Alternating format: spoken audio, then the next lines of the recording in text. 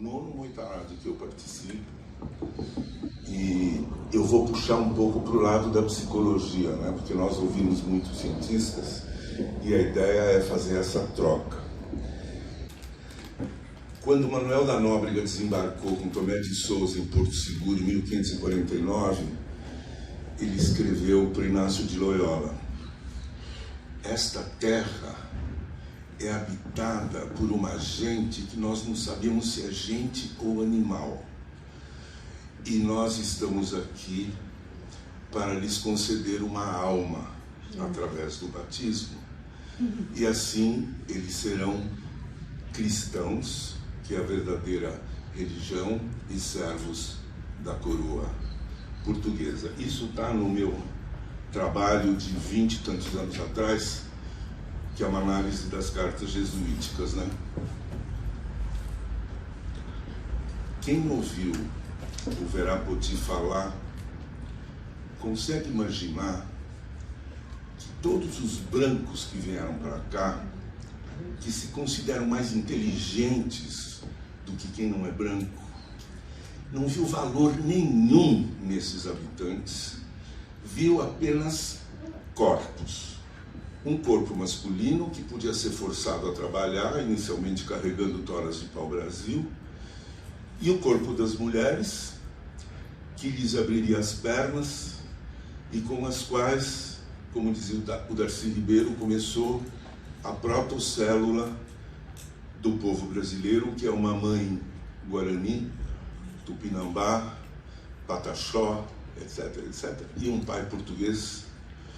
Quantas mulheres guaranis hão de ter gerado os filhos mestiços, que é o começo da formação do nosso povo? Nós estudamos psicologia, um dos temas da psicologia é detectar uma individualidade, detectar uma identidade. O Jung inventou a palavra individuação. Nós ainda não compreendemos a nossa identidade brasileira. O Verá falou da ferida. Ele é tão iluminado, o avô dele ensinou ele tão bem, que ele não se vê como vítima. E ele aprendeu português, ele veio para o nosso mundo e tem essa habilidade que nós não temos. A primeira vez que eu fui para uma zona indígena, a Carmen me ensinou tudo, como é que eu tinha que me comportar, os presentes que eu tinha que levar, né? Nós conseguimos fazer esse contato, mas o caminho que ele, ou Ailton, ou o Daniel Munduruku, ou o Olívio Jecupé, ou o Denilson Artis, todos eles fazem um caminho enorme para vir até nós. E está na hora da gente abrir os olhos para essa raiz profunda da nossa identidade brasileira. Quando a Marlui fez o arranjo, eu me lembrei da Bossa Nova, por isso que eu falei do Jobim e do Vinícius.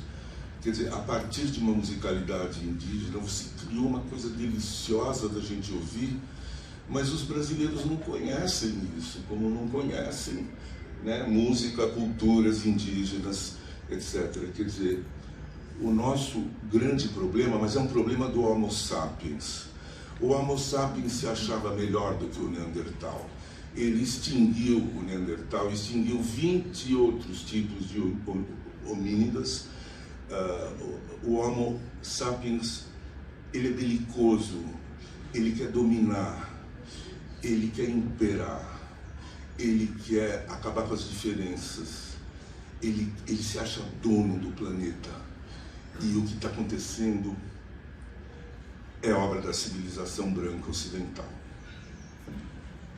Eu vou reler algumas frases do Jung para mostrar que a grande preocupação dele era trabalhar com a sombra do homem branco. Então, isso tem nas cartas, tem na obra completa dele, mas eu vou ler alguns trechinhos só para a gente ver como, os termos que o Jung usa, né? Isso era um volume de cartas. Há pessoas que acreditam que alguns que conseguirem ficar conscientes poderão conter o mundo e impedir a sua aniquilação. Mas eu tenho medo do terrível poder da inconsciência. Em outro trecho ele diz assim: a minha tarefa é iluminar a estupidez, a escuridão e a inconsciência da humanidade. Em outro trecho ele diz: as massas são cegas e brutais. A consciência coletiva é incapaz de aprender com o passado, é incapaz de compreender os fatos contemporâneos, é incapaz de tirar conclusões corretas sobre o futuro. Parmênides, há 2500 anos, dizia exatamente isso. O ser humano anda cego, surdo, vivendo num mundo de ilusões. Ele não percebe o que é a realidade. Os seres humanos ainda não despertaram para a sacralidade da vida e vivem como um rebanho de cegos. O Jung está na linha dos pré-socráticos, que queriam desfazer essa ilusão que nos prende a todos, né? Se o Jung tivesse conhecido algo sobre os indígenas brasileiros, certamente ele teria feito grande uso desse material. O que o Jung conheceu do Brasil foram as pinturas que a Anísia da Silveira mandou para ele. E essas pinturas serviram, não sei se vocês todos sabem, como a prova que faltava da existência empírica do inconsciente coletivo. Porque como que um esquizofrênico analfabeto que estava no Hospital Engenho de Dentro podia pintar a Barca do Sol, ou uma mulher esquizofrênica que foi rejeitada pelo namorado desenhar a história de Apolo e Daphne, ou as mandalas e mandalas e mandalas que nem a Anísia da Silveira sabia o que era. Eu vi no Instituto Jung a carta que ela mandou em francês para o Jung e a resposta escrita pela Aniela Jafé, convidando-a para mandar o material que seria exposto no 2º Congresso Internacional de Psiquiatria em Zurique, em 57. Bem, se o Jung conhecesse... Outra, quando eu fui na Pacífica, eu fui na biblioteca procurar o Manual dos Índios Sul-Americanos, que é uma obra padrão, né, Carmen, sobre etnografia. Era a biblioteca do Joseph Campbell. E eu procurei o volume que falava do Brasil. Só tem uma linha grifada pelo Campbell. Quer dizer, se vocês pegarem o Atlas das Mitologias, não tem quase nada sobre o Brasil. Se vocês forem no museu em Paris, que é de Branly, que era no antigo Trocadeiro, o Museu do Homem, você não vê o material que o Lévi-Strauss levou daqui quando ele fez pesquisa, que está encaixotado. Então, esse apagamento da riqueza do Brasil, da alma brasileira, ele ficou como que uma verdade. Este vazio, como se falava da Amazônia, e hoje a gente sabe que a Amazônia já estava habitada há 10 mil anos, a Amazônia.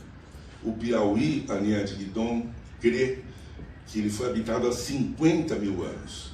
Isso são tudo histórias da arqueologia, mas o que eu quero lhes dizer, e vai ser o meu ponto aqui hoje, é que a comunidade junguiana ficou muito impressionada com a publicação do Livro Vermelho, baseado nos livros negros do Jung. Está cheio de comentários. Há o perigo daquilo ficar intelectualizado demais, de ficar racional demais quando não é, e há um consenso de que o Jung teve acesso ao inconsciente coletivo. Que se saiba, ele não tomou nenhuma droga que alterasse o estado de consciência, isso era uma coisa dele. era uma espécie de mediunidade, ele tinha uma imaginação dramática e ele registrou tudo aquilo que está no Livro Vermelho, que está sendo comentado no mundo inteiro, estudado no mundo inteiro, e eu queria lhes dizer o seguinte: o Livro Vermelho do Brasil é esse aqui. Porque o inconsciente coletivo que o Jung acessou e que aparece no Livro Vermelho é um inconsciente coletivo judaico-cristão ou, quando muito, do Oriente Médio. É um inconsciente coletivo do Hemisfério Norte. Então nós temos que abaixar um pouco o lençol freático e dizer assim: e o Hemisfério Sul não entra no inconsciente coletivo? Não. No Livro Vermelho não tem um inconsciente coletivo do Hemisfério Sul, mas aqui tem. O inconsciente coletivo profundo do Brasil está no saber xamânico. No Brasil existem mais de 200 tipos de plantas de poder que induzem a visões, que induzem a narrativas sobre outras realidades e relativizam esta, e é de onde surge uma enciclopédia britânica de mitos, mas tantos sobre a criação da humanidade, sobre a criação da terra, sobre a criação dos animais, o que aconteceu, como surgiu a noite, como surgiu o fogo. Nós não temos ideia da variedade, né? Se alguém for coletar toda a mitologia xamânica, ou as práticas xamânicas, ou os estados alterados de consciência no Brasil ou na América Latina como um todo, que tipo de sabedoria criou? Que não é uma sabedoria racional, não é uma sabedoria unilateral, ela é ao mesmo tempo intuitiva, sentimental, natural, imaginativa, né? São produtos da cultura humana que são uma riqueza imensa do Brasil e que mal começa a ser conhecido. Então, o que eu quero falar é sobre a Queda do Céu.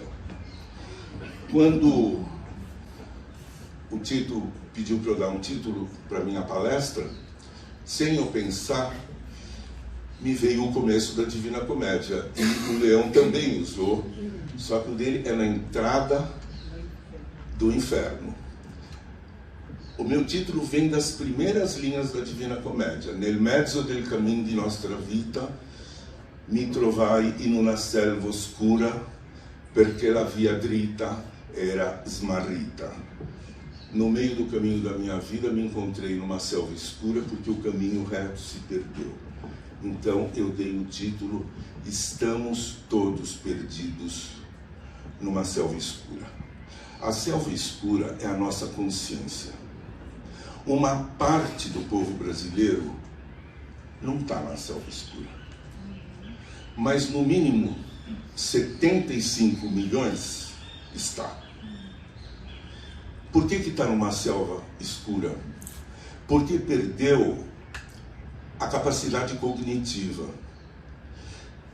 Perdeu a flexibilidade da cognição e do raciocínio e fica enrijecida, como a gente estuda no autismo. Você aprende uma coisa e não muda mais.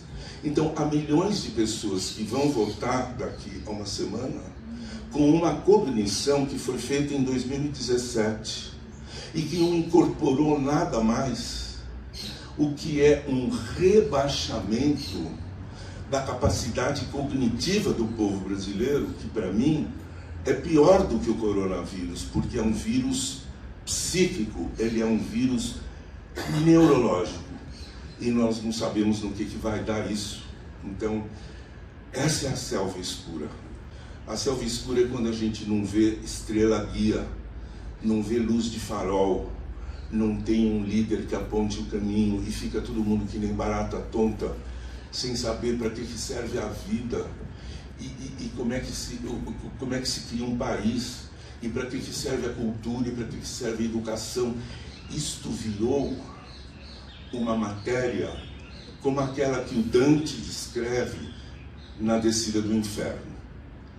a obra do Dante era cristã, ela é uma alegoria do mito cristão, mas ela permite muitas leituras, né? Então, a escuridão, o Jung falava disso, né? Da cegueira, da escuridão. Então, vocês sabem que o Jung foi quem disse que a era de peixes ia acabar e ia começar a era de aquário. Isso criou um grande movimento, porque os hippies... Quem viu o musical Hair? Eu vi, né? This is the dawning of the age of Aquarius. Daí surgiu um monte de livro, como será a era de aquário? Era um pouco hippie, assim, né? Comunidade, alegria, drogas, sexo livre, fim da guerra do Vietnã. Será que vai ser no ano 2000? Não, os astrólogos diziam é para cá, é para cá. Parece que é agora. Parece que é agora. Mas vejam, uma coisa que eu não sabia. O Jung dizia que quando termina um aion, um éon, e começa outro, há um desequilíbrio total de energias, porque não é um arquétipo, é mais do que um arquétipo. É um arquétipo de 2000 anos que vai reger um período do planeta. Eu nunca tinha me dado conta disso, mas ele diz, nós estamos agora entrando em aquários. Nós estamos apenas no comecinho deste desenvolvimento apocalíptico. E daí ele diz assim, Aquários acende o fogo dos poderes selvagens de Lúcifer. Por acaso, entre uma leitura e outra, eu fui ler também algo escrito por um cientista, como nós tivemos a honra de receber o nobre ontem, o Paulo Artacho, que também é do painel da ONU, que diz o seguinte: a Amazônia armazena 120 bilhões de toneladas de carbono. Né, como foi lembrado ontem, antes a floresta absorvia, agora ela está emitindo. O carbono está embaixo da terra. 120 bilhões de toneladas. Se tudo isso for liberado pelo desmatamento, seria como 10 anos de queima de combustível fóssil de todo o planeta. Esse carbono. Então ele fala de um carbono aprisionado. E eu acho que esse carbono aprisionado é o demônio. Demônio, por assim dizer. Isso é a obra humana. Esse é o grande poder destrutivo da sombra humana. E dizia o Jung, na passagem de uma era para outra, vai haver um cataclisma. Vocês devem saber que nos últimos dias de vida, o Jung teve uma visão. E ele pediu para uma filha dele chamar imediatamente a Marie-Louise von Franz. Mas a família boicotou, porque eles não estavam gostando muito dessa coisa, que o Jung tinha visões, eles queriam o Jung cientista, né? Mas o Jung captava coisas, então ele contou para a família, e uma das filhas do Jung fez umas anotações, e 2 ou 3 dias depois chamou a Marie-Louise von Franz. Isso, ele estava morrendo em 1961. E contou que na visão dele, ele via uma parte do planeta completamente devastada. E ele fez um desenho. Esse desenho ficou no espólio da Marie-Louise von Franz. Ela deu uma entrevista uma vez para uma analista suíça, a Suzanne Wagner, que perguntou para ela, mas doutora von Franz, é aquela visão do... Eu falei, eu não quero falar muito disso. Mas ele disse que ele via lá um pedaço da terra meio queimado, mas que não era tudo. Esse mais que não era tudo foi ela que pôs. O Jung tinha uma visão do Apocalipse. E para ele, isso resultava do caminho errado que a civilização ocidental seguiu. Há um escritor que para mim está me abrindo os olhos de uma maneira incrível, chamado Peter Kingsley. Ele é um historiador da filosofia. Ele escreveu um livro sobre o Jung, chamado Catafalso, que é aquele estrado onde se coloca um caixão de defunto, e fala a morte da civilização ocidental. Ele é acadêmico até o fim, mas aí ele se soltou e diz que domesticaram o Jung. E ele desenterrou uma carta do Jung para a grande amiga dele, Carol Baines. Está lá a carta no arquivo em que ele diz: nenhum discípulo meu me entendeu por completo. Então está havendo agora uma revisão de que o Jung, ele aparentemente usava uma linguagem científica, mas ele ouvia o choro que o Tito ouviu da Terra. Ele ouvia a dor da anima mundi. Então ele era um porta-voz.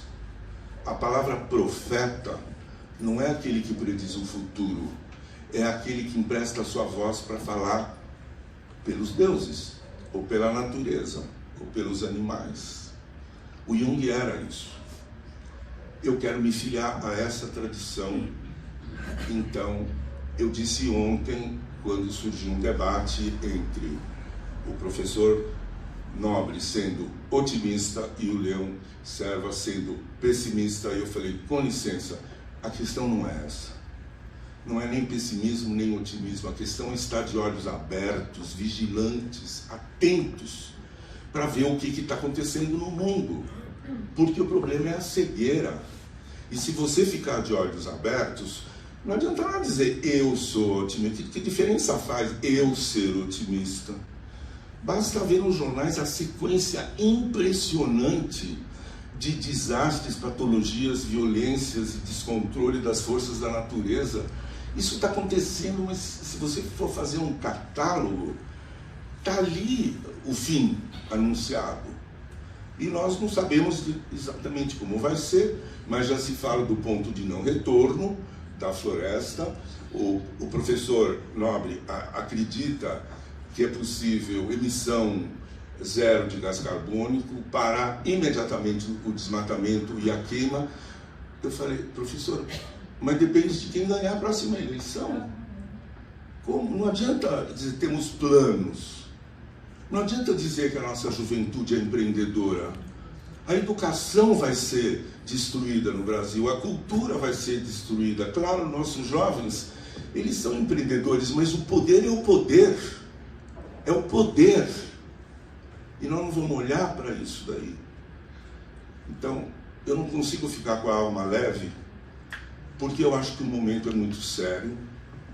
Uma pessoa da área jornalística muito informada disse que quem ganhar vai ganhar por um nariz. Sabe, na corrida de cavalo, você fotografa, ganhou aquele que estava com o nariz na frente. Portanto, nós não sabemos. O Moitará, e eu espero que continue nessa linha, ele promove um diálogo, mas realmente tem que ser um diálogo, porque nós temos que falar. Nós trabalhamos com a psicologia do Jung, né? E o que nós temos para falar? Nós temos muitas coisas para falar. Uma delas é que a ciência da Terra está comprovando o que os mitos indígenas dizem há milhares de anos. O Ailton Krenak fala, mas nós estamos há séculos falando que não é para mexer na floresta. Vocês não escutam. Então, eu acho, talvez isso é a nova era, está havendo uma convergência entre a ciência e outras formas de saber, que sempre foram desprezadas, né? Não se estuda e aquilo é coisa, como se dizia em 1549, não são nem humanos. Para que você vai? Então, o Davi Copenau foi acompanhado pelo Bruce Albert, que conviveu com ele, acho que 30 anos, foi isso? O Bruce aprendeu a falar Yanomami, o que é uma coisa raríssima, né? Cabe um antropólogo ficar grudado e anotando tudo que o Davi falava. Esse livro é um pouco difícil de ler, porque o Bruce quis coletar tudo, é uma documentação, mas eu leio com lápis na mão, parecia que eu estava estudando para fazer um exame. porque precisa gravar um monte de coisas, né? Mas do que trata isso? O que é a queda do céu? Esse livro foi publicado pela Chute du Ciel, primeiro em Paris, teve uma enorme repercussão nos meios culturais franceses e europeus, e pouco tempo depois, com uma tradução maravilhosa da Leila Perrone Moisés, prefácio do Eduardo Viveiros de Castro, e aí o Davi Copenau começa a contar o que são os Yanomami. E eu vou ler rapidamente, me avisa do tempo, como que o mito descreve a Terra do Céu, que depende da sobrevivência dos xamãs. Se os xamãs desaparecerem, está tudo perdido. Vamos pegar xamãs no sentido grande, assim como o Verá falou, eu sou psicólogo, vamos dizer assim, eu sou xamã, para segurar. Então, eu vou ler. Não, acho que eu consigo. Sem xamãs, a floresta é frágil e não consegue ficar de pé sozinha. As águas do mundo subterrâneo amolecem seu solo e sempre ameaçam irromper e rasgá-lo. Seu centro, firmado pelo peso das montanhas, é estável, mas suas bordas não param de balançar com um estrondo no vazio, sacudidas por grandes vendavais. Vocês estão vendo os vendavais que a gente está vendo por aí?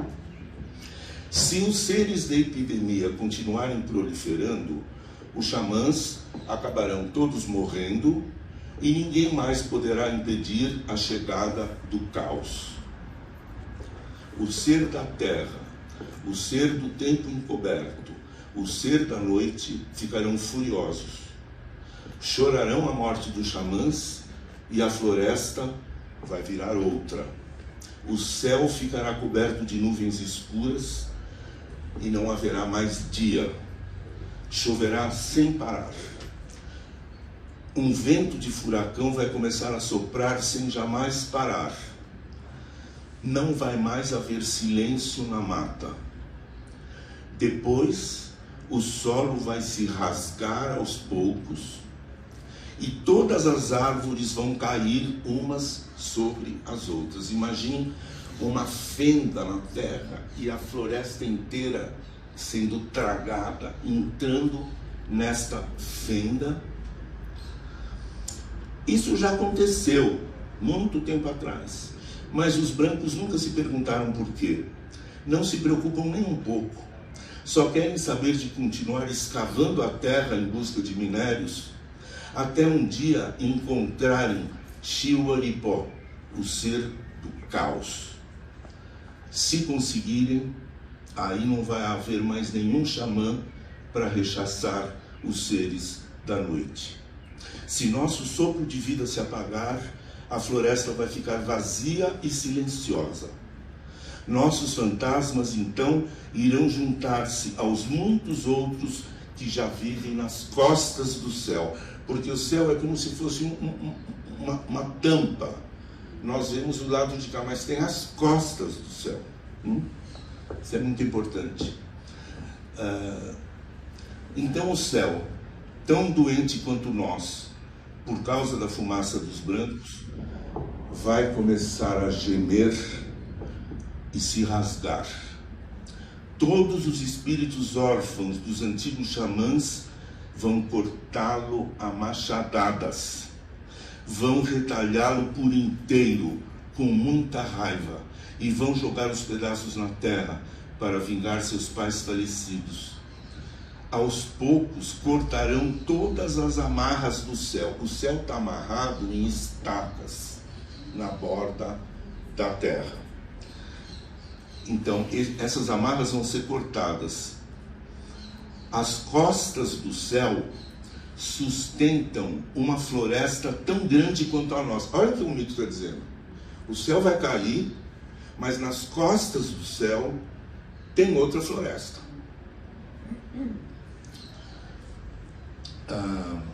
E seu peso enorme vai nos esmagar de repente com toda a sua força. Toda a terra na qual andamos será empurrada para o mundo subterrâneo, onde nossos fantasmas vão, por sua vez, virar vorazes ancestrais. Vamos morrer antes mesmo de perceber. Ninguém vai ter tempo de gritar nem de chorar. Depois, os chapiri, os espíritos em fúria, vão acabar atirando na terra também o sol, a lua e as estrelas. Então o céu vai ficar escuro para sempre. É por isso que tratamos de prevenir os brancos. Sejam sensatos, desistam de saquear nossas terras, porque quando suas fumaças de epidemia tiverem matado a todos nós, e vocês construírem cidades sobre nossas pegadas esquecidas da floresta, vão destruir a si mesmos. Os espíritos dos xamãs que vocês tiverem matado vão se vingar e irão devorá-los. Aí vocês vão ficar procurando a causa de seus tormentos em vão, mas seu pensamento ficará confuso e perdido. Eu quero pedir permissão ao Davi Copenau, ao Ayrton Krenak, ao grande xamã Tacumã, ao Daniel Munduruku, ao Verá Potan, ao Ibacuim, ao Olívio Jecupé, ao Genilson Baniwa, ao Paiô, grande xamã do povo Zoró, com quem eu aprendi muito, ao índio Terena Jazone, que me contou o sonho de que ele era crucificado de cabeça para baixo e abriu o meu estudo. Eu quero pedir permissão para eles para dizer como eu, branco, entendo o mito da queda do céu. Nós estudamos mitologia, estudamos simbologia, e todos nós que temos clínica, alguma vez ouvimos um sonho que o céu estava escuro, que o céu estava assim assado, que havia voos, que havia aviões, que havia, né? O céu é uma imagem muito presente no nosso imaginário, na nossa lírica, etc. Então, o céu representa muitas coisas para nós brancos, né? O céu é azul, a terra é marrom, é o oposto. Então, o céu, ele evoca o que? O espírito, né? O pneuma, o vento, os pensamentos, os valores, as fantasias, o conhecimento, tudo isso é o céu. O que é o céu da humanidade? Não vou falar de posição. Quais são os grandes valores que a humanidade pôs no seu céu? Que é a sua superestrutura, como até o Marx falava, né? Como o nosso mundo de grandes ideais. Que haverá paz, que a verdade prevalecerá sobre a mentira, que a justiça prevalecerá sobre a injustiça, que haverá compaixão, que as guerras serão evitadas, que a natureza e os animais serão amados, que as crianças serão protegidas, que se cuidará do povo. Estes são os nossos ideais, esse é o nosso céu. Não é nem mito isso, porque esses ideais, eles existem. Se daqui a uma semana o presidente Jair Bolsonaro for eleito, esse céu vai cair sobre a nossa cabeça. E vai ser muito difícil continuar acreditando na primazia da justiça, ou da verdade, ou do que diz a ciência, ou da compaixão, ou da democracia. Isso tudo vai ficar esmagado. Isso está contado aqui.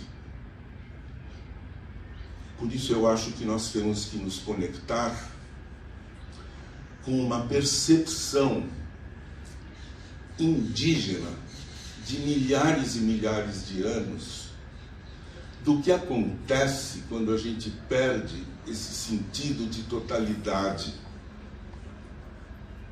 que Verá várias vezes mencionou, quando a gente perde a conexão com a sacralidade da vida, Quando se perde isto, esses ideais desabam. Então, nós pobres xamãs que somos e não somos, mas nós trabalhamos com os nossos pacientes que não são o problema. Eu sempre repito isto. Nós temos que levar os conceitos da psicologia junguiana para entender o que está acontecendo no mundo.